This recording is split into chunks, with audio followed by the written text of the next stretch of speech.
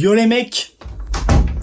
Bon, j'espère que tu vas bien. Comme tu peux le voir, je suis rentré en France, donc j'ai pris un peu des couleurs là. C'était les vacances, c'était tranquille.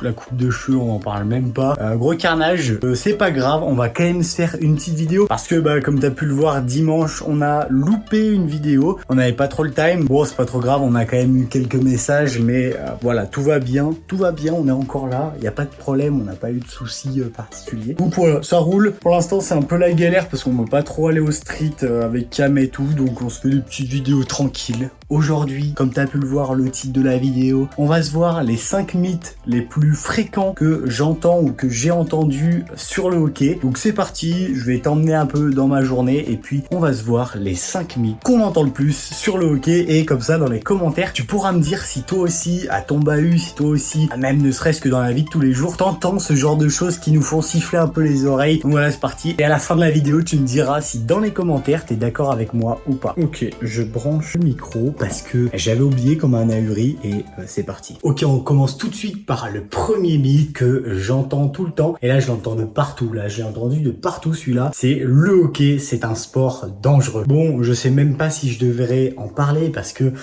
voilà, on sait tous très bien que oui, il y a des charges, oui, il y en a qui se font exploser la gueule, oui, on peut prendre le palais en pleine dent, mais en soi, le hockey, c'est pas plus dangereux qu'un autre sport. C'est simplement un sport de contact, mais il n'y a pas plus de blessures que au rugby, que au football américain. Donc je sais pas pourquoi on s'est mis ça en tête, mais voilà, moi j'entends partout que ouais, mais le hockey c'est un sport dangereux. Je sais qu'il y a beaucoup de parents qui veulent pas inscrire leur fils au hockey parce qu'ils disent que voilà, c'est un sport dangereux, mon fils il va se faire mal.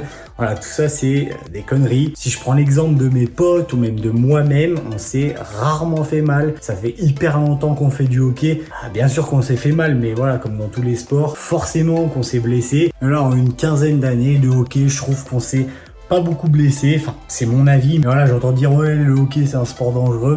Voilà, je voulais casser un peu ce mythe et tout simplement dire à tous les enfants qui veulent commencer le hockey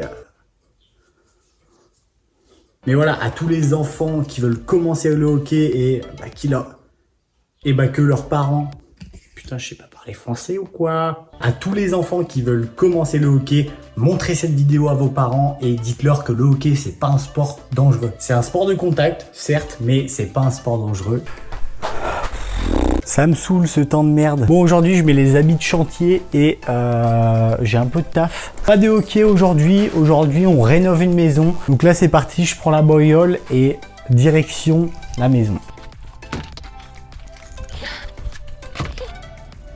Pourquoi il y a de l'orage? C'est vraiment pas un temps à aller au street, hein.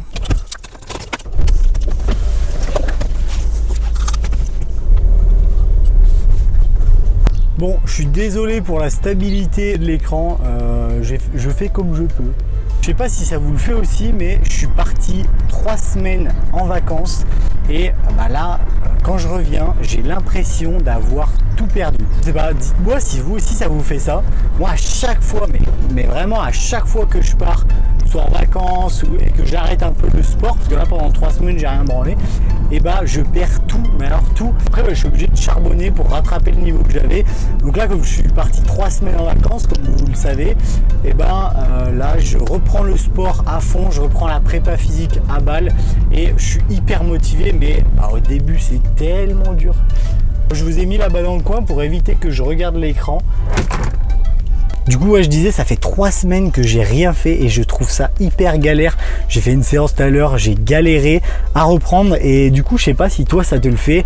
Mais là, du coup, par contre, je suis hyper chaud pour recommencer, mais c'est hyper dur. Bon, là, c'est encore l'intersaison, donc je vais reprendre les entraînements physiques, les streets. Je pourrais pas trop reprendre les entraînements glace. Mais par contre, comme ça tombe bien. On va pouvoir un peu te partager comment nous on fait pour se préparer, pour préparer notre saison de hockey. Donc voilà, fin de l'anecdote.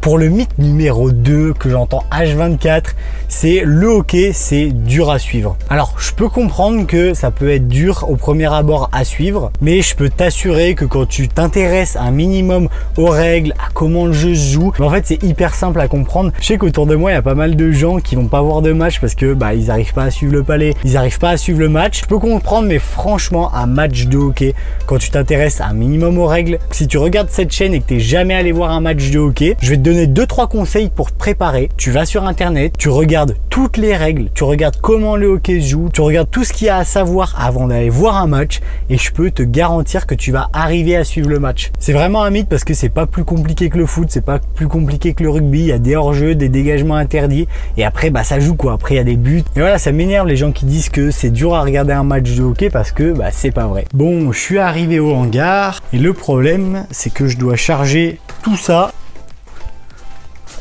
là-dedans. D'ailleurs, au passage, les vrais reconnaîtront la voiture où on pose la cage tout le temps avec Camille. Ah oui, petit aparté, en fait, il y en a qui vont se dire « Mais Baptiste, on s'en branle que tu nous partages ta journée. » Le problème, c'est que comme je suis rentré de vacances, maintenant il y a du taf. Donc en fait, j'ai pas vraiment le temps de vous tourner des vidéos et du coup, je te tourne une petite vidéo dans ma journée et je me dis au lieu de me caler à un endroit et de parler bêtement, je fais une petite vidéo un peu vlog. Donc voilà, j'essaierai de mettre les annotations des mythes pour ceux qu'on n'a rien à foutre et comme ça, moi, je peux tranquillement continuer mon petit vlog et vous partager un petit peu ce que je fais dans ma journée. Bon, promis, dans tous les cas, je vais être rapide. Ça y est, j'ai chargé tout ça. Il fait 10 000 degrés, j'en peux plus. Bon, ça y est, je vais finir la vidéo pleine de susu, tellement qu'il fait chaud. Troisième mythe.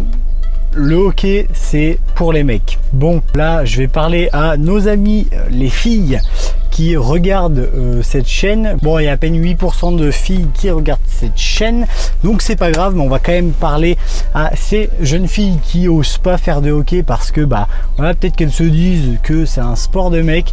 Je voudrais casser ce mythe parce que la plupart du temps on entend ça, mais il y a quand même un petit nombre de filles qui jouent au hockey et franchement je trouve ça bien de démocratiser le hockey, que ce soit pour les mecs ou pour les femmes. Parce que voilà, tout simplement c'est cool de pouvoir partager sa passion à d'autres personnes, d'ouvrir tout simplement les portes du hockey. Donc voilà, je voulais casser ce mythe pour les personnes qui nous regardent et pour les filles qui osent pas se lancer. La prochaine fois que tu verras une personne dire ça, tu l'envoies sur cette vidéo et moi je vais régler ça. Non, plus sérieusement, voilà, c'est cool si il y a de plus en plus de monde qui font du hockey, qui démocratisent ça. C'est vrai que j'aime bien parce que je trouve que de plus en plus en France on parle de ça justement et je trouve ça cool. Donc partagez les vidéos ice hockey, parlez de hockey autour de vous. Je veux que tout le monde teste le hockey au moins une fois dans sa vie parce que je suis sûr qu'il y a beaucoup de personnes qui connaissent pas le hockey et je trouve ça vraiment dommage. Donc j'ai que ça à dire avant de reprendre la route, c'est partage les vidéos de ice hockey, parle de hockey autour de toi et on va vraiment développer ça ensemble parce que je suis sûr qu'il y a des gens qui regardent cette chaîne, qui nous regardent, qui font pas encore du hockey et j'ai vraiment envie d'aider tout le monde, d'aider un maximum de personnes à se lancer là-dedans parce que c'est pour moi le plus beau sport au monde, donc voilà.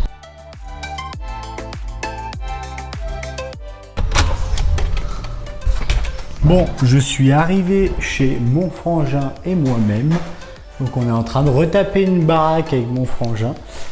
Du coup voilà, je dois déposer tout ce que j'ai récupéré ici. Ok, je vais te partager le 4e mythe qui est les hockeyeurs ont rien dans le cerveau. Ça, on entendait ça H24 au collège, au lycée. Donc voilà, je viens démentir, je viens parler au nom de toute la communauté des hockeyeurs. Et je vais leur dire d'aller se faire.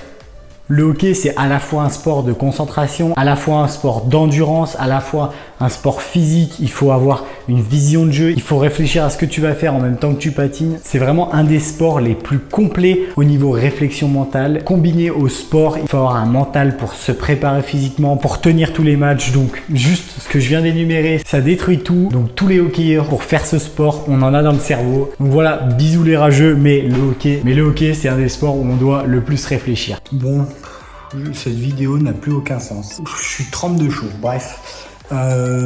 J'ai pas mis mon micro, c'est n'importe quoi. J'allais virer la voiture de l'autre côté. C'est hyper loin, j'ai laissé le micro. Bref, il s'est passé des choses entre temps. Même si pour vous c'est une demi-seconde. Bref, on finit cette vidéo avec le 5e mythe qui est les hockeyeurs. C'est des charros. Les hockeyeurs, ils courent après les meufs. Bon.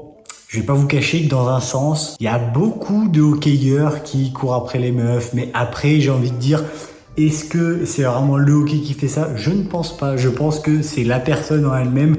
Donc ça aussi c'est un mythe. Bon, je suis désolé pour l'écho. J'ai pas mon micro donc ça doit résonner dans la pièce. Du coup ouais, je reprends ce que je disais. Les hockeyeurs, on n'est pas tous des charros. On n'est pas tous les mêmes comme les filles aiment bien le dire. Parce que voilà, nous je me rappelle, au collège on avait l'étiquette, c'était les hockeyeurs, c'est tous les mêmes. Du coup quand t'avais un pote qui faisait un peu de la D avec une fille, ben on était tous pareils. Enfin bref, c'était nimp. Du coup voilà, c'est le petit point un peu fun. Donc voilà, je vous ai partagé les 5 mythes qu'on dit souvent sur le hockey ou sur les hockeyeurs. Je suis désolé pour tout ce que j'ai intégré à cette vidéo, ça m'a fait un petit kiff, c'est pas grave. Dis-moi au contraire si justement tu kiffes un peu ce format où on vlog un peu avec Cam, on partage des conseils, où on partage tout simplement ce qu'on pense dans la vidéo. Et si tu kiffes un peu ce format un peu vlog où on te montre un peu ce qu'on fait de nos journées, bon c'est vrai que c'est un peu plus cool quand on fait du street, mais pour l'instant on peut pas trop.